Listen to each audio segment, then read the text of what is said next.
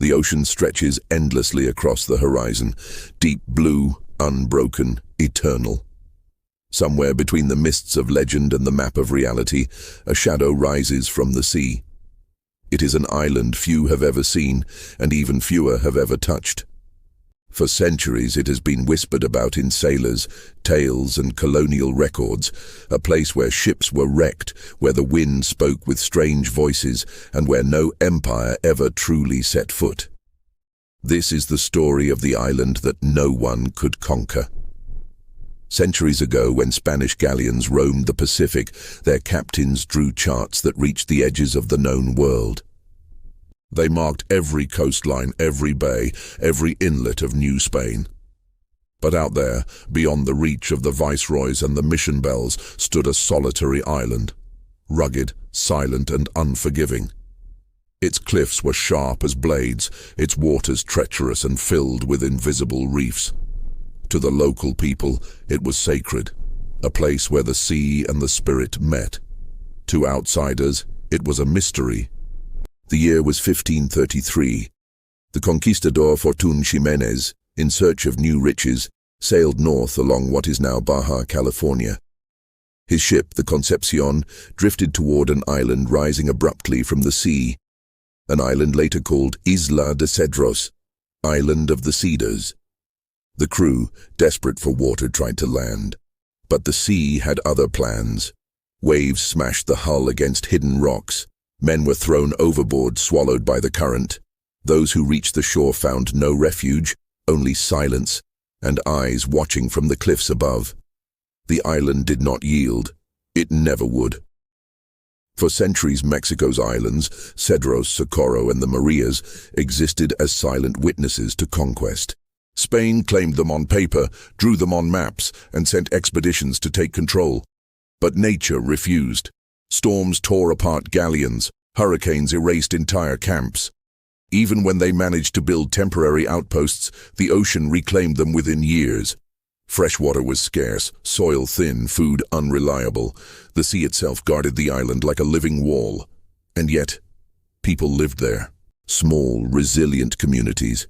Fishers, hunters, those who read the rhythm of tides as one might read the sky. They built with what they had, and they endured. Their isolation became their protection. The empire came and went, revolutions rose and fell, and still the island remained apart, untouched, unchanged, unmoved. Imagine it now through the lens of a film. The camera drifts low across the water at dawn. Mist curls around the rocks like ghosts of history. We hear the cry of seabirds echoing off stone walls. A wooden boat struggles against the waves, oars creaking, the faces of its crew pale with fear. Ahead, cliffs black and immense. The island looms like a fortress of nature itself. The narrator's voice, calm, measured, tells us, here, even time seems hesitant to arrive. By the 18th century, Spanish rule had extended deep into the continent, yet the island remained defiant.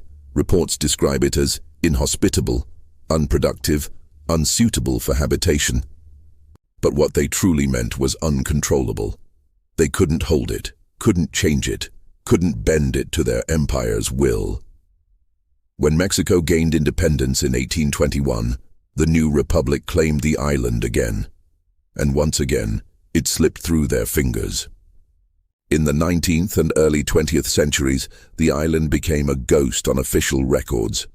Sometimes a military outpost, sometimes a prison, sometimes simply forgotten.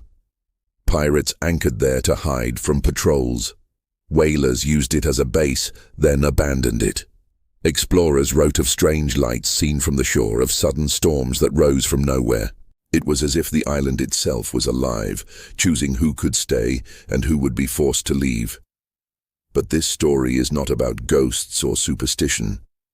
It's about resistance, not human resistance, but that of the earth itself. The island's cliffs, its scarcity of water, its storms, and its solitude all work together to create a defense stronger than any wall or fortress. It resisted by remaining itself. Today, these islands are part of Mexico's protected reserves, sanctuaries of biodiversity, home to rare species and ancient landscapes. Few are allowed to set foot there. The same isolation that once defied empires now protects ecosystems that have existed since before written history. To stand there now, if you could, would be to feel the weight of centuries in the wind. You would see the same sunrise the first navigators saw, hear the same surf that drowned the sound of their prayers. No cannons, no cities, no ruins, only rock, salt, and silence. And in that silence lies a message, one whispered through time. Not every place can be conquered. Some remain wild not because they are forgotten, but because they choose to be. History often remembers conquest as the measure of success, the lands taken, the empires built, the flags raised. But there is another kind of power, one quieter, one deeper, the power to endure, to resist by simply existing, to remain untouched.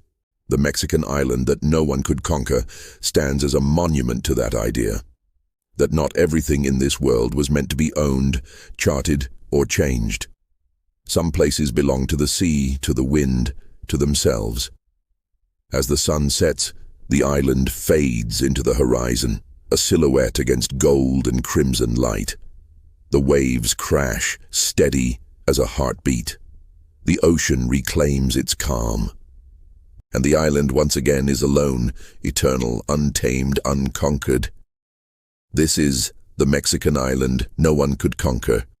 You're watching Passport Through Time, where history breathes and the silence still speaks.